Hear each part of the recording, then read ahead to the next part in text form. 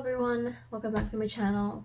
Today I am bringing you guys my July wrap up. That is so weird to say. I say this every time and I feel like I hear this from everybody. Where is the time going? I feel like it hasn't been long ago since I sat down and filmed my June wrap up, but here we are, and a lot of things have happened this month, so it's not like nothing happened for me. That's why time felt so fast. Quick update to my life. The childcare center that I'm working at is closed for 10 days because we had a case of COVID-19, and it wasn't just one person tested positive, but there was a lot of employees who were directly in contact with this person, so we had to close. And it was only after the staff told the management that they were in direct contact with this person. They were highly before they decided to close. Anyway, I'm not gonna get into that, so let's get into the books. Okay, so this month I read a total of 10 books, and this month also I joined 2 different readathons, which helped me really get back into reading. And I don't know, it's a reason why I was able to read 10 books, and only one of them is a graphic novel. So I'm so happy about that because I've joined readathons for the past few months and I always end up either finishing 2, if I'm lucky, maybe 3 books. And it's kind of like that too for the readathon, but I feel like I was able to read a lot more overall because of the readathons. That I really enjoyed both the readathons. Okay, so the first book that I finished for the month of July is The Starless by Erin Morgesntern. Now, this is a book that I've been wanting to get to for months now, ever since this came out. And I think this came out 2019, not 2020.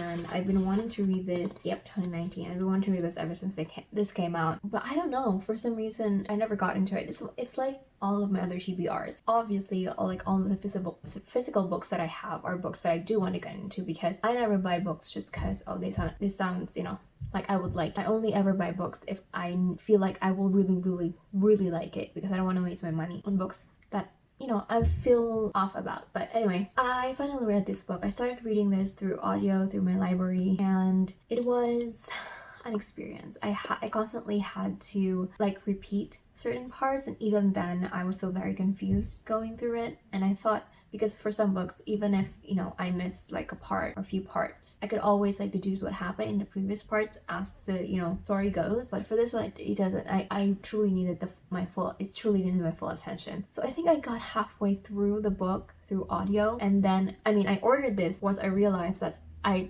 need the physical book probably. So I ordered it, and then I got halfway through before this arrived, and then I changed to reading this. And I actually had to put pause the audiobook and also kind of slow down my reading of this for a week or 2, because I wanted to love it, but I wasn't. The story was very confusing to me, the world was very confusing, and I felt like even at the end we didn't really get a lot of explanation to the world. And sometimes that works, sometimes the fantasy world works even though we don't really get into it, or we don't really get the full explanations of it. But for this one, it didn't work. It just got me confused the entire time. What was the main problem? What was the main goal? We know that the story is following Zachary. Why did I say Ezra? Zachary Rollins, as he encounters this book, and it tells different stories, and then he finds a story that tells of his own experience. And it's not just one chapter, it's just a few chapters throughout the book telling his story. And so he gets very curious and embroiled in the whole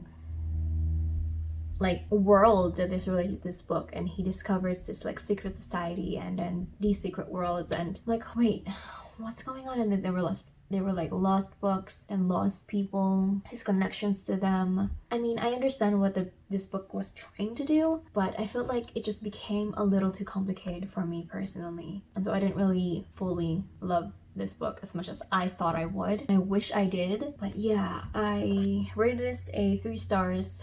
I still definitely love Erin Morgenstern's writing. Her writing is beautiful, it's poetic, it's lyrical, and I do love that aspect in this book. That's why I rated it as a 3 stars. It's not a 2 or 1 star. And I understand what this book was trying to do, but it just felt like I didn't really get into it very much. Maybe because of the struggles that I had, and maybe the personal things that were happening in my personal life, but I don't know. I definitely want to reread this and try to see if I will understand it better the second time around. But yeah, this is very disappointing to me because I loved her Night Circus. And I know that Night Circus also has mixed reviews where some people didn't really fully understand the world and they were just confused too. But for this one, I don't know. Maybe it's me. I don't know.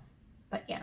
3 stars. Okay, so the next 3 books that I have for this review is the books that I read for the Koreathon. And so I think all of them are physical books, and well, all of them are ebooks / audiobooks. The first one is The Silence of Bones. I rated this at 3.75 stars, very atmospheric. This is a group book for the Koreathon, and I love the setting because I've always loved watching historical dramas, most of which are set in the Joseon era, and this one as well is set in the Joseon era. And it's been a while since I've seen one. The last one that I saw was months ago. I think it was Romantic Historian. Was it Guherion? Like Historian Guherion. And I think again, it was very atmospheric. I love the whole eerie, mysterious vibe and mysticism around the whole setting and the whole story. And I think that was my favorite part in the story. Just the whole setting and the investigation that happens. And we're pretty much following Sol, who is an indentured servant to the police department, and they're investigating the murders that have been happening. And it hits very personal for her when the officer that she's under, and also the officer that she looks up to, becomes one of the prime suspects in the story. And add to that in the investigation, and add to that the fact that she's currently looking for her brother so that she can become a whole family again with her sister as well. And I actually really love Sol as a character because she's very determined. She knows what she wants, and she's very smart. She knows how to navigate the world that she's in as a slave, but also wanting her own freedom. And she has this it's even stated in the book, she has an insatiable curiosity and tenacity to want to know certain, the things that she's curious about. She definitely has a spine, and again, her insatiable curiosity that gets her in hot water as much as it helps her with her investigation. And I love her as a character, and you feel for her because her family pretty much was destroyed because of certain accusations that were made against her family, and her parents were killed, they were orphaned, her brother, her sister, and then they got separated from their brother, and now she's looking for her brother. Her sister got married, and she wants to have a family of her own too, so she's looking for her brother. And I really love following her as a character again as well. Now I felt like the book could have been longer because it introduced a lot of topics and struggles, political wise and society wise, in the story that interweaves with the investigation that they're doing. But I felt like it introduced it, but it didn't really talk about it very much and how it affects the characters and the direction of the story and the personal motivations of the characters that we're following and that we're invested in. So I felt like, we could have gotten a little bit more into that. But I definitely felt for the character, the ending was so heartbreaking. In the Joseon era, you're walking on your tiptoes. The rich are very rich, the poor are very poor, and even one wrong move that you do as a slave can get you sentenced to death. And so I understand how dark it can get and how devastating it can be, the stories set in the Joseon era. But yeah, again, it still ended in such a sad way that I just, Sol has gone through so much, and I want her to be very happy. So I want to, anything. Anyway, okay. The next book that I finished is Wicked Fox by Kat Cho. I rated this at 4 stars. Now, I heard a lot of people say that this reads like a K-drama, and I definitely agree. They weren't exaggerating when they said that. Halfway through the book, it feels like the story is already ending. This could be the climax of a book, and it could definitely have been the climax of that book and then just continue to the next one. But no, it gave us that, so there's a sense of urgency and is this it? Is it ending? Because I did read this mostly in ebook form, so in a way I wasn't really aware of how much pages I have left, so I really wasn't very sure. So it feels, after the twist was introduced, it becomes a lot more complicated than that. And so it feels like a Korean drama in that way, where every episode feels or a few episodes and it feels like it's already ending. The main conflict could have already been resolved, or it feels like the main conflict is starting to get resolved, but then you get a twist, and then you see how these other different characters have a role in the overall story, because it's a lot more complicated than what you're presented. So again, in context of this whole story, we're following, got her name, her name. She's a gumiho, the main girl. She's a gumiho, a Nightingale fox, and she's basically, the way they live is that they suck the souls out of people. So for them to live, they have to kill people, and she's trying to prevent killing innocent people. And that's how she's always lived, and she tries to space it as far apart as she can without endangering her life and therefore endangering other people's lives that could fall victim to her because of her feeding. Now, I liked the characters well enough, and I do enjoy reading in their following in their stories and reading their perspectives, especially for a female main protagonist. but it feels more surface level. And hopefully by the next book that will get resolved, and I hope that we get more into like the characters themselves more. But I did enjoy the world aspect. Character-wise, I felt like we were told more than we were shown how the characters felt and were feeling during certain events. But again, the world is my favorite aspect in this. It kind of feels like the mortal instruments in the complexity of how the fantasy world mingles with our mundane world or magicless world, like, you know, contemporary fiction. And I'm definitely looking forward to reading the next book in this series because I want to know what happens next. And I want to learn more about our characters, and hopefully we'll get more into the characters as well. And the last book that I read for the Readathon is I'll Be the One by Lyla Lee. This was so cute. And this is so powerful in terms of the body positivism. Did I say that right? I don't know. Now, Sky and Henry, our main characters, are my children, and I want to protect them, and I don't want them to suffer and be sad, and I just want them to be happy for the rest of their lives. And of course, Snowball too. And I personally have a very complicated relationship with my body, and it has only been recently that I started to learn to truly love myself in my entirety. And I'm still learning to go through it. And so reading Sky's experience and how some of the most important people of her life treat her because of her body and limits her talents and her dreams and her passions because of what she looks like was so painful to read. It was so difficult. I had to pause for a few moments to process those moments and reflect on how it affects me and why, and to move on in a good place after that. So, I mean, definitely is offset by all the amazingness of the other people around her, like, I mean, her dad and her friends, but it was still very hard to read for me personally. And I feel like I will always hold Sky so very dear to me because she was who I wish I was growing up and struggling from comments from other people, and then eventually having those same comments about myself as an influence of, you know, what other people were saying about me. So I just feel like it's a very important read for everybody. Did I say I rated it as a 4 stars? It's very cute. 4.75, 5 stars. Honestly, I should change this into 5 because I love it so much. Anyway, I feel like this is such an important read for everybody, whether you're struggling about in your weight or not. We live in a world where that is like constant topic about dieting and losing weight and being thin. So I feel like it's very important, especially to see Sky's perspective in the whole thing. Like, she tried to change her body, but it's just she's learned how to accept and love her body and to be undeterred by the comments that she receives from other people, and just keep fighting for what she wants and keep doing what she loves. And that's like a really great role model for, you know, young teens out there. I wish I read this book when I was younger and struggling with, you know, my weight. But yeah. Okay, another book that was very personally emotional for me was Maybe You Should Talk to Someone by Lori Gottleib. Now, this is nonfiction, and we are following a therapist as she undergoes her own therapy. And yeah, I think Cindy from Books with Cindy was able to capture my thoughts on this book very well. So to start, I'm going to read her exact review on Goodreads. I read the first 2/3 of the physical book and teetered between 4 or 5 stars before I switched to the audiobook in the last 1/3 and ended up crying in a few of the chapters, solidifying the 5-star rating. The author comes across as genuine and insightful in her writing, and the narrator does such a good job at sounding compassionate and patient, as if I were listening to the therapist herself. She wrote a lot of insights that resonated with me, like how we often stay in our negative mindset because it's easier than trying to break free into the unknown, or how we use anger as a way to cover up our sadness. I'm paraphrasing here, but she writes it way better in the book.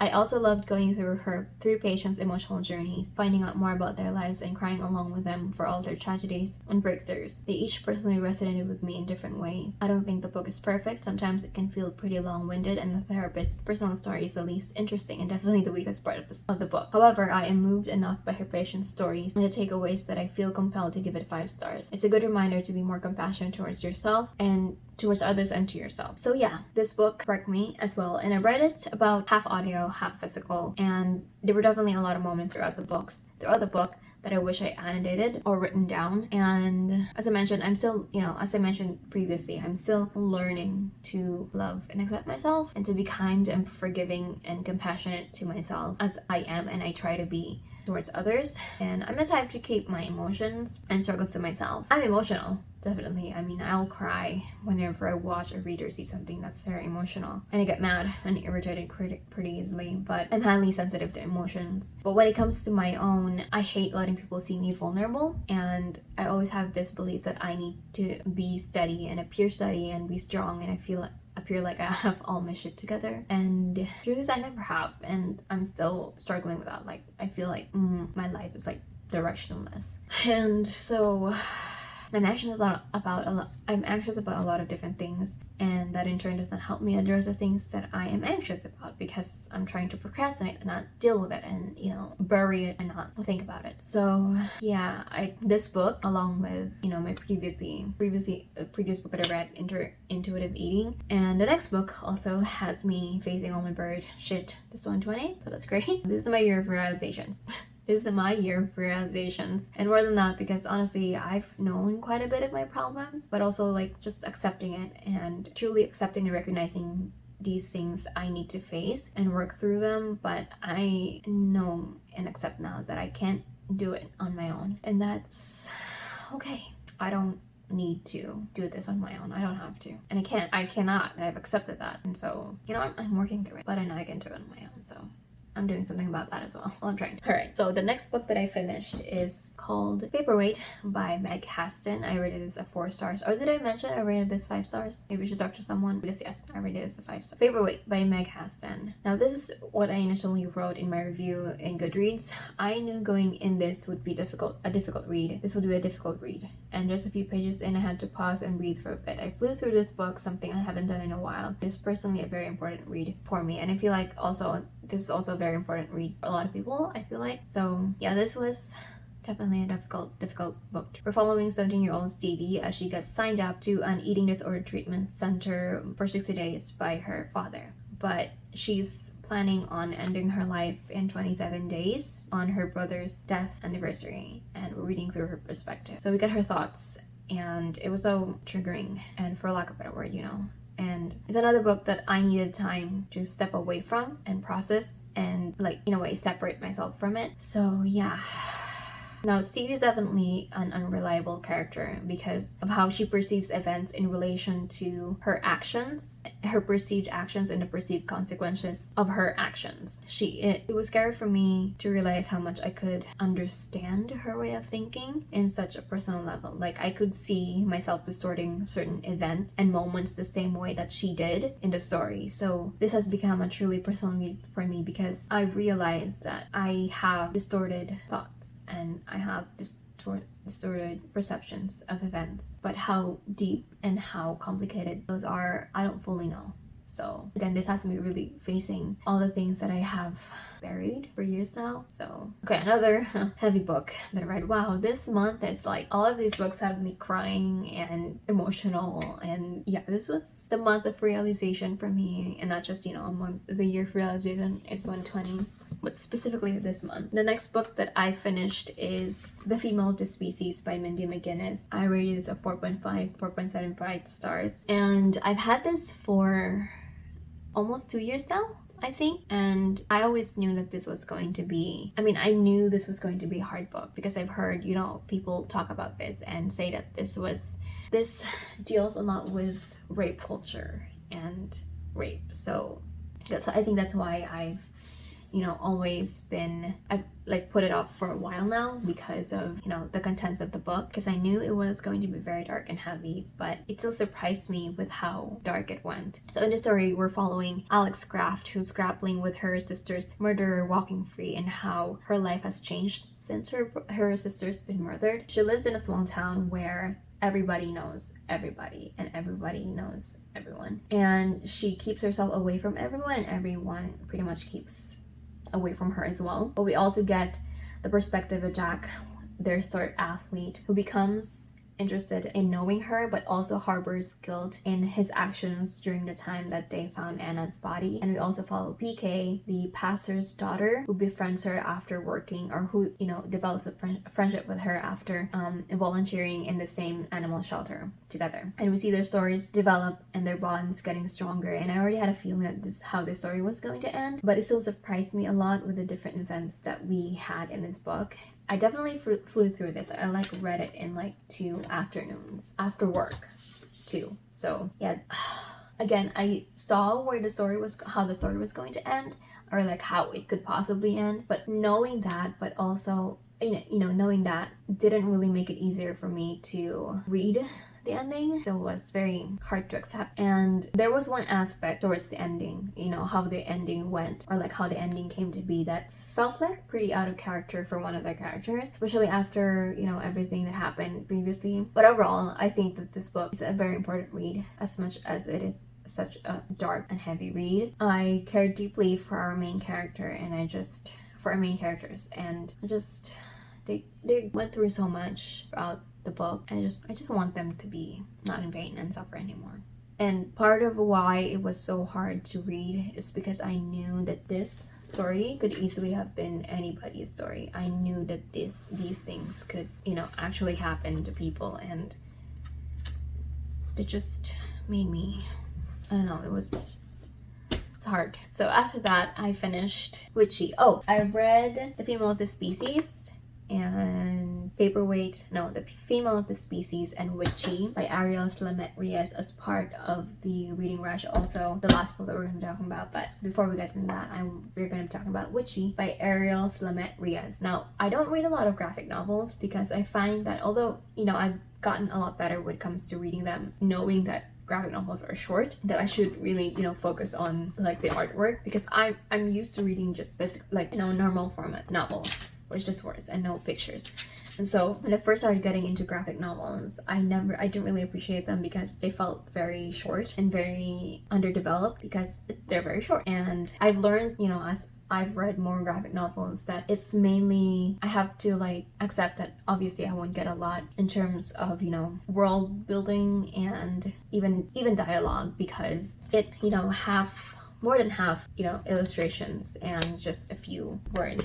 And I have to really take in the nuances of like the characters in terms of their expressions and, you know, the things that are going around them. So I had to like change my whole perspective on that. And so I do now enjoy graphic novels, but this graphic novel really surprised me because I didn't feel like any part of this was rushed at all. Like the characters are well fleshed out. If each of the characters have their own struggles, their own personal struggles, political wise, society wise, and in relation to their friends and in relation to their families. And it feels like all of them are like well-rounded characters. They don't feel very 2D, unlike a lot of the characters that I've read from graphic novels, and even like, you know, usual novels where you just felt like, so the story just so the main character's story will continue or like will push through.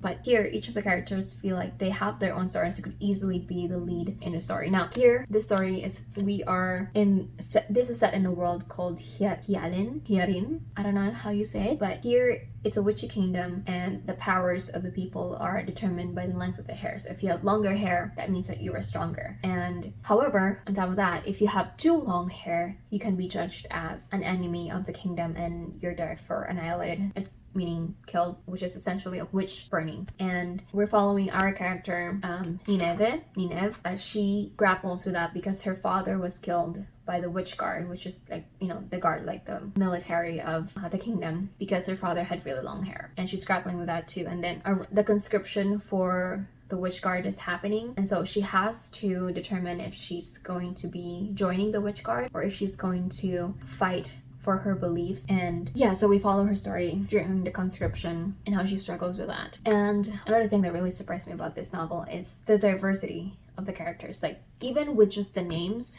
they're taken from a lot of different cultures. And like, for example, their city, I think it was their city, or like, you know, their specific place in the Kingdom Hierin called Buhok. In Filipino, that means hair. So when I read it, I was like, wait, what? book. Are you kidding me? And even like the names, you can definitely see like I'm definitely not sure which cultures they're from, but like their captain regent is called Viceroy Jin Hong Nyoto Jong, which sounds like, I don't know, might be too loud, too bright. It looks like and sounds like a Korean name. And even like Dai Bril Shi Hue, I don't know if I'm saying that correctly. Sounds like, it's also from a different culture. And so even all of the different names, it felt so diverse. That's why I got so interested with the author. And the author doesn't have a picture. We don't know anything a lot about the author, except that this was actually a webtoon, like a online graphic or like a comic. And yeah, it's like I'm very interested, so I'm definitely looking forward to reading more from this author, and also hopefully from this world as well, because the world feels so fleshed out as well. And there's like, the world has structure, yet it introduces novel situations and characters that I didn't find felt like out of place or forced, and it's sort of just to make it a little bit more interesting. And so yeah, again, I'm definitely interested in reading more from this author and from this book, hopefully. I don't know. Because I know this is ongoing online, so I cannot wait for the next bind up of this, because I want it in my hands and I want more from this book, because we definitely left having a very open ending, so I know there's a lot more that's gonna happen. All right, oh my god, I'm bored. Let's go to the last, shall we? This last book. Oh no, this isn't the last book. I have one more after this, but this is the last book that I finished for the reading rush. The other book I was planning on finishing for the reading rush as well, but I wasn't able to do that. But yeah, The Nightingale by Kristin. I rated this 5 stars. This is another book that made me cry so much. I feel like half of the books that I read for this month had made me cry. When I started this book, I had a hard time concentrating, because it feels like it's a book that you definitely need to be like very much into. And so I had to like pause and figure out, hey, I'm falling asleep reading this. And it's not because it's boring, it's just me. I'm tired from work, so I decided to drink coffee just so I could like really focus on this book, because I knew I was going to love this book, even though I was having a hard time with the first few pages. Because on parts that I wasn't like feeling sleepy, I was like really attentive in reading the book and reading the story. I was immersed. I was like, oh wow, I knew this was going to wreck me. So I was like, okay, I need to do something about that, because I want to be able to actually really love this book for what it is, for the whole of it. So I drank coffee in the afternoon to make sure when I read this, I would be alive and reading it. And after that, I pretty much flew through this book because it's amazing. I got this book in the library for like $1, and then it is signed. So obviously I had to get it, and I heard a lot of good things. And I've had this book with me for like 2 years now, I think. So more than time for me to read this. So World War II is an era that is very hard to read, because it's a very hateful war, because around that time most countries are now civilized, if not all countries, and still there was hatred and a feeling of superiority over other countries, other races, and other people because of their beliefs. And so it was very hard to read, because it's a very hateful time in history, on top of being such a dangerous era to live in. We are following 2 sisters that have already gone through so much even before the war, and it was definitely heart-wrenching. Again, this made me cry a lot. Like the 2 sisters are in very different parts of the war, like they're in 2 different areas of the war.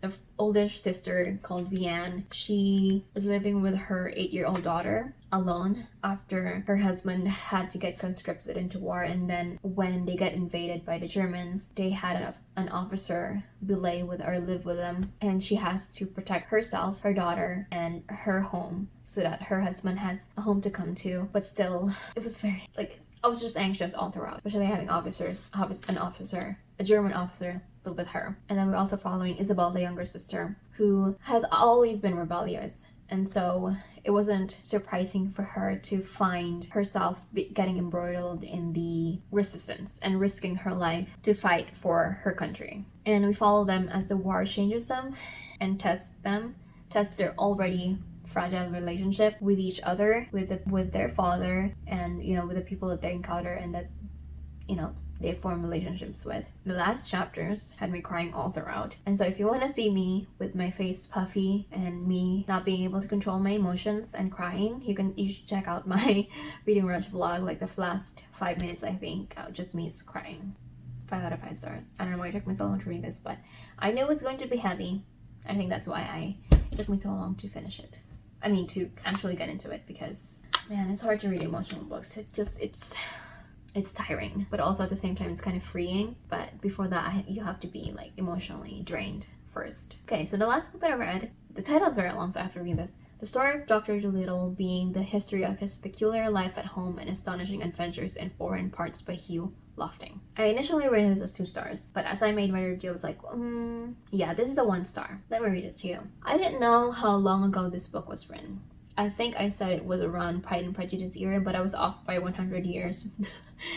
Pride and Prejudice was set in the early 1800s. This is set in the early 1900s. This started as a quirky light read about a doctor who learns. Yes, he learns, not like it's a natural ability for him, unlike in the movie that I originally watched. A parrot teaches him to speak to animals and therefore aid in their ailments. Eventually, he acquires a lot of animal companions that drive his human patients away. But he doesn't really want to do anything about their dwindling money and relies on his animal companions, mostly his parrot, to find a solution for that. Because no money means no food, and no food means dying. So they set out to find a way for the doctor to use his ability to cure animals in a more profitable way, and goes on to adventures to different places. I already had a bad feeling about this when we pretty much learned they're voyaging to Africa. And then we got to the story about the Black Prince who wanted to be white, and the doctor helps him to become white. I finished the story, and as much as it was a fun and subtly funny story, I wish these were edited and changed. Yes, it's a classic, but really, you're going to put this content out there for children to read? Yeah. No.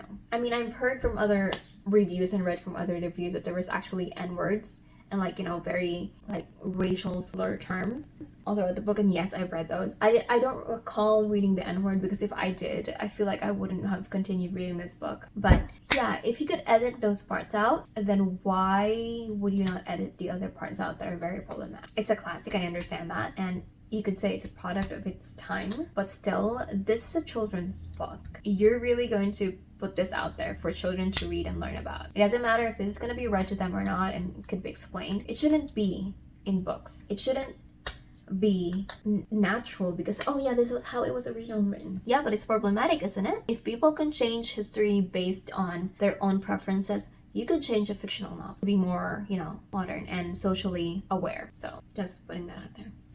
Anyway, I've been talking for almost an hour now. My throat hurts. Hold me. And I have a lot of footage to edit. So yeah, I think I had a very emotional reading month. And I mean, this was a lot of fun. Again, because of the two readathons that really made me like make myself sit down to really read a book. I did, and I feel like I've really gotten back into reading how I used to ish before. So hopefully this will continue. I think it will. I don't know how this week of no work is going to affect that. We're here. Yeah, that's it for this video. Very long. I'm already at like the 15-minute mark. But yeah, I will see you guys on my next video. I hope you guys enjoy this. Bye.